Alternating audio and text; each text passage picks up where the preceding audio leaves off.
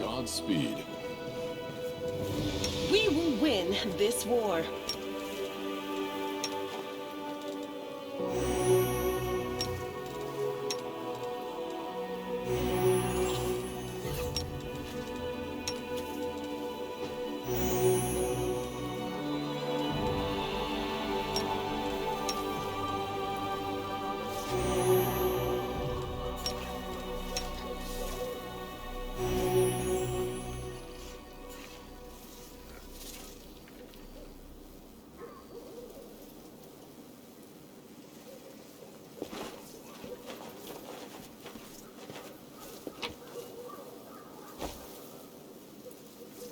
Let us press on.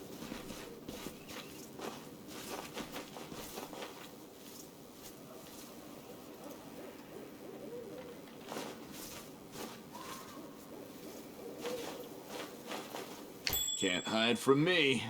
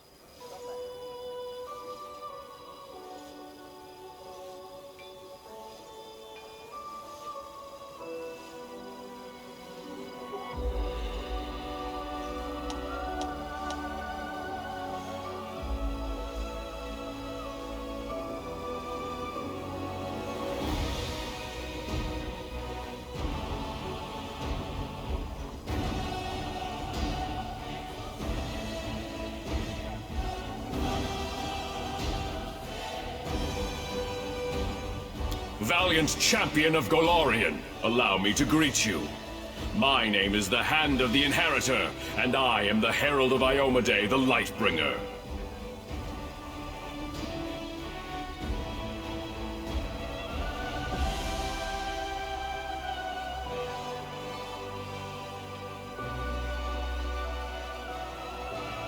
I am only giving you the credit you deserve, valiant champion.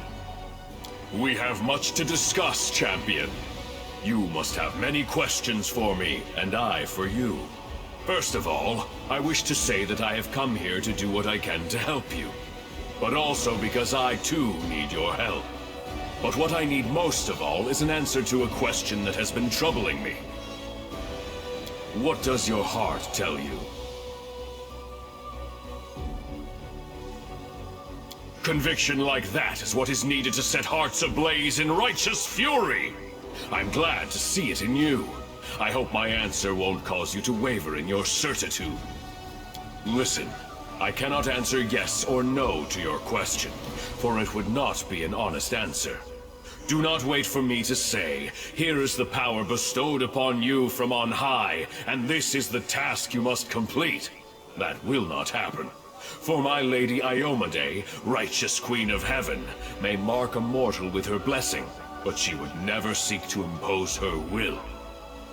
Sometimes even I am not privy to her plans. I have come to you not at her command, but of my own accord. But I would recognize the light in heaven in any soul, and I see it in you. I can only guess how and why it was lit. Perhaps finding the answer to this question is a trial you must undergo. Most certainly, with great pleasure. But first, let's discuss the issues of the day. I'm sure we'll have time to talk after that. I sense astonishing power in you, akin to my own. But not just that. Many of Heaven's warriors fought the monsters of the World Wound, and among them there was one I especially cherished. My young comrade and friend, Loriel.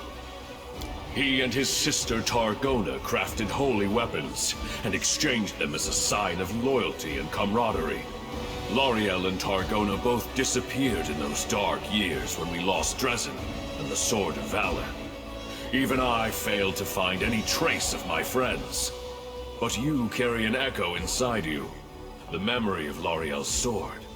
How did this come to be?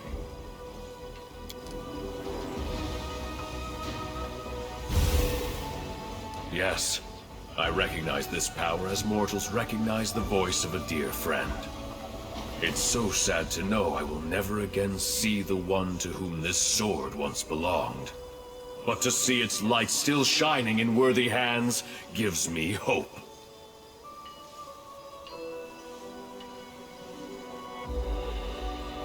Yes, that sounds like him. He loved mortals, and understood them better than many of us celestial warriors did.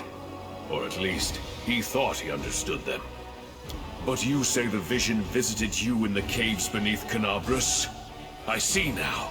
The suffering of the first Crusaders, whose children were maimed by the demon's strange villainy, was a matter very close to Loriel's heart. For most of us, our only concern was defeating the demons. But Loriel wanted to protect mortals above all else. I think he went into those caves in search of the people who came to be known as mongrels. But demons often use our virtues to hurt and torment. They turned a rescue mission into a deadly trap. They will pay for this sin and others. Forgive me for my outburst, and thank you for your story. At least now I know what fate my dear friend suffered. Many demons in the Abyss mimic the appearance of their repellent master, but I do not think it was a Dyrachne or a similar beast.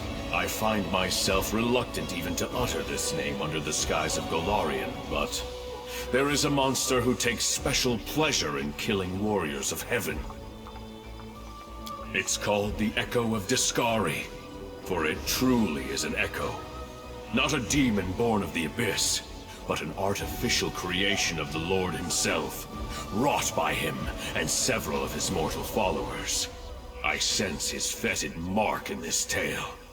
The Echo likes to strike by stealth, weaving an intricate web of lies and treason, and he despises everything connected to heaven and Iomade.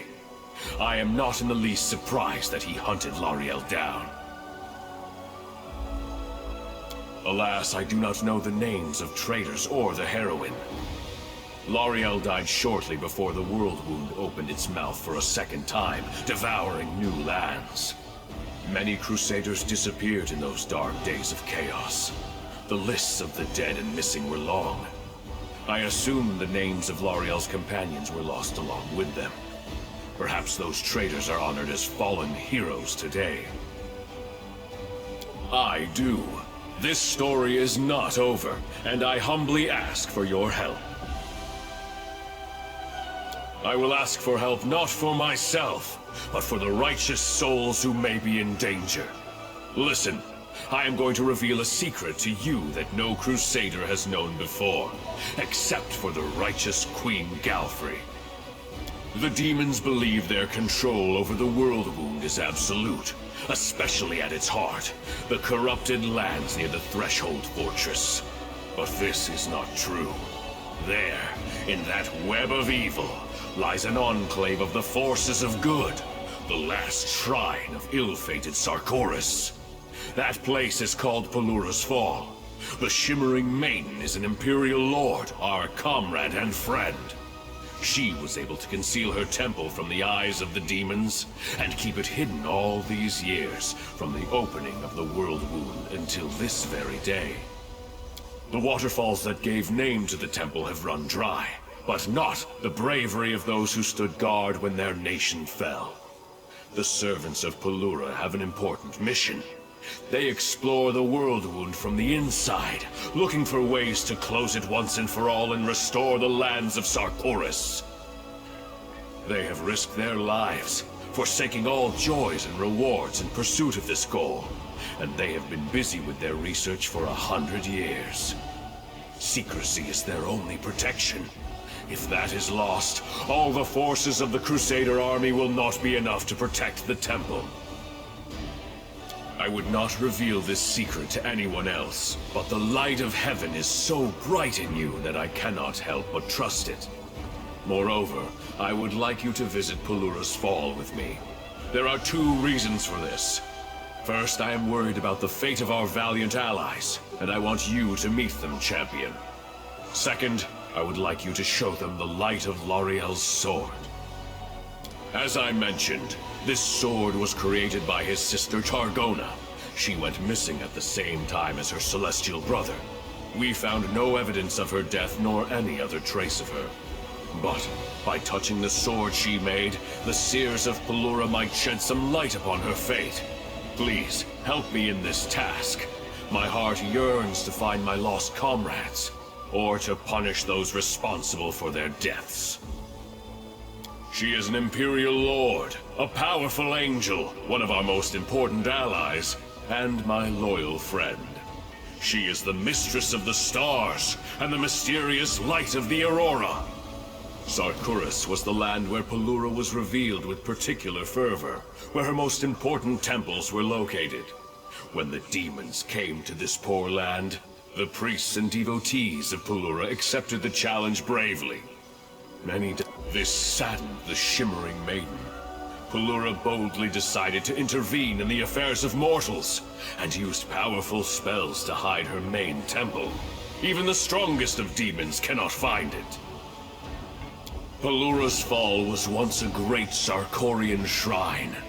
From the city of Iz and other lands, the burial barges of great chiefs would go there to set off on their last journey into the mighty streams of the falls. But the temple was famous not only as a final resting place. Pelura is the patron of stargazers. Her servants possess celestial wisdom. In reading the stars, they discover the mysteries and secrets of the world. In times of old, people would seek their counsel on many different matters, and they were respected and honored throughout Sarkoris. Today, Pelura's Fall is not what it once was. 100 years of isolation has placed an unbearable burden on the shoulders of the stargazers and their guards. But they persevere, despite the hardships. You should meet these people, for you could not hope to find a better example of self-denial and resilience. Heaven's grief at their loss could not be any greater. L'Oreal and Targona were daring and merciful in equal measure, and relentless in fighting evil. They called each other brother and sister because one soul was used to create them. Yes, it happens. Sometimes an angel is made of many souls, or the essence of the upper planes. And sometimes, one soul can give life to several supernatural creatures. This was the case with Targona and L'Ariel. When the world wound opened, they were the first to go to the mortal's aid. Alas, heaven was in extreme upheaval after great Arodin died. When the evil mind of Arilu Vorlesh, paired with the will of cursed Discari, shook the foundations of the world. While the other angels and Imperial Lords were slowly waking up to the disaster that was unfolding by holding councils and getting bogged down in speculation, Targona and L'Ariel were already fighting demons, leading refugees out of the fallen Sarkoris and trying to find out what had happened on Golarion and how to deal with it. For what had happened was so monstrous, so extraordinary, that even heaven did not know what to expect next. When Mendev answered the challenge of the Abyss and became the Kingdom of Crusaders, Targona and L'Ariel shared the hardships and glories of the First Crusade with their mortal comrades.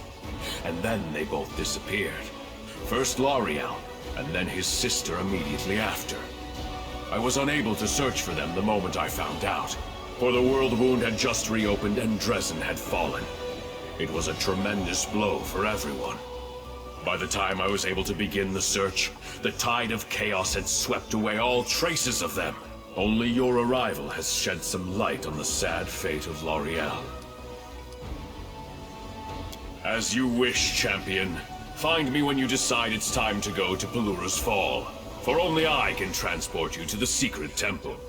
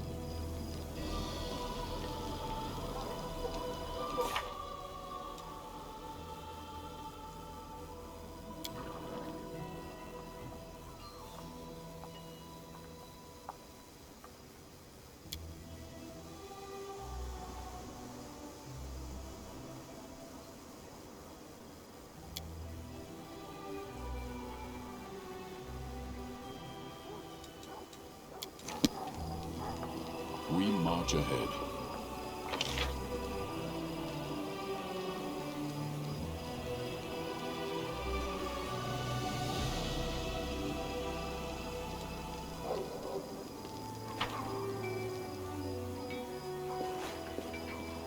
Our path leads on.